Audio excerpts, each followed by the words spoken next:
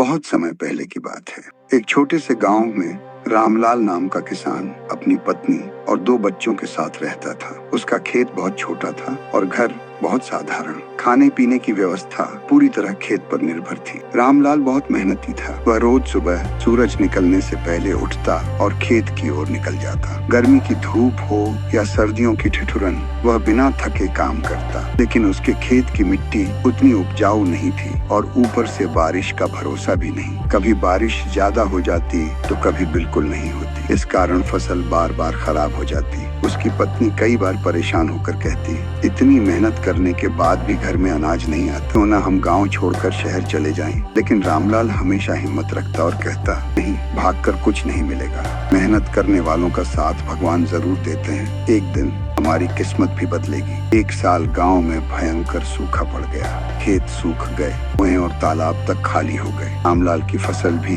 बर्बाद हो गई। घर में खाने की इतनी कमी हो गई, बच्चों को कई रातें भूखा सोना पड़ा। मजबूरी में उसने घर के कुछ बर्तन बेचकर अनाज खरीदा। गांव के कई लोग खेती छोड़कर शहर चले गए, लेकिन रामलाल ने खेती नहीं छोड़ी। रोज खेत जाता, सूखी जमीन को देखकर भी हिम्मत नहीं हारता।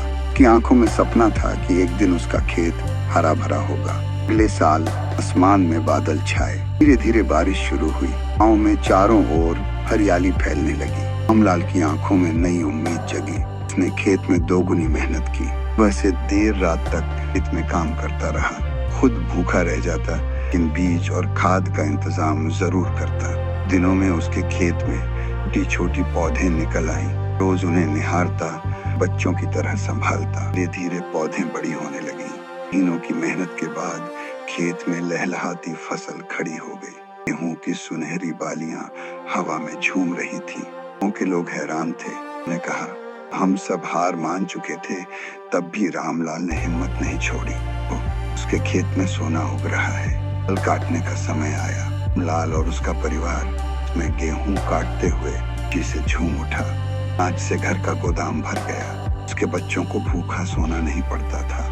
कुछ अनाज बेचकर पैसे भी कमाए और धीरे धीरे उसका घर खुशहाल हो गया। अगर आपको ये कहानी पसंद आई हो तो वीडियो को लाइक जरूर करें। ऐसी और कहानियां सुनने के लिए चैनल को सब्सक्राइब करें।